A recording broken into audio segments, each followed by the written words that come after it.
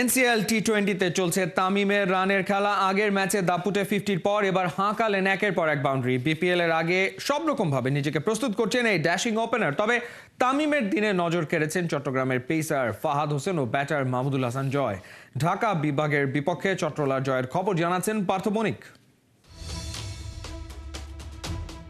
নিতে এসেছিলেন বিপিএল এর প্রস্তুতি, কিন্তু নিজ দলের বোলারদের কারণে মিস করলেন আরেক 50। এনসিএল টি-20-তে তামিম হয়তো মজার ছলে এই অভিযোগ করতেই পারেন ফাহাদ হোসেনকে। বাঁহাতি পেসারের 4 উইকেটে প্রতিপক্ষ ঢাকা বিভাগ অল আউট মাত্র 64 রানে। আর দর্শকরাও বঞ্চিত তামিমের আরেক ধুন্ধুমার ব্যাটিং ডিসপ্লে থেকে। টার্গেট ছোট হলেও এদিন সবার নজর ছিল ইমন বনাম তামিম ফাইটে। প্রথমজন রিসেন্ট যুব এশিয়া কাপের সেরা বোলার, আরেকজন বাংলাদেশের লেজেন্ডারি ব্যাটার। কে কাকে মাত দেবেন, কে হবেন কার কাছে ছাড়খার? এই ব্যাটেলে হাসিটা তামিমেরই।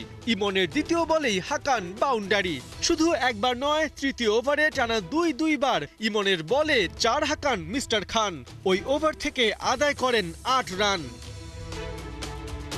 অবশ্য পঞ্চম ওভারেই টার্গেট অনেকটাই ক্লোজ করে আনেন মাহমুদুল হাসান জয়। শুভাগতর ওভারে একাই হাঁকান 1 বাউন্ডারি আর 2 ছয়। পরের ওভারে সুযোগ পেয়ে তামিমও যোগ দেন পার্টিতে। সুমন খানের বল বাউন্ডারি ছাড়া করেন ডিপ কভার দিয়ে। তবে বোলিং দিয়ে ম্যাচ যদি চট্টগ্রামের হাতের মুঠো এনে দেন ফাহাদ, তবে সেই মুঠোতে ঢাকাকে পিষ্ট করেন মাহমুদুল হাসান। করেন 44 রান, 2 ছক্কা আর বাউন্ডারি 5 খান। অন্যদিকে তামিমের চেষ্টা ছিল বাউন্ডারি দিয়ে ম্যাচ শেষ করার, কিন্তু সেই চেষ্টায় শুধুই নষ্ট হয়েছে বল। তাই সিঙ্গেলস দিয়েই ম্যাচ বের করে আনেন মাহমুদুল হাসান।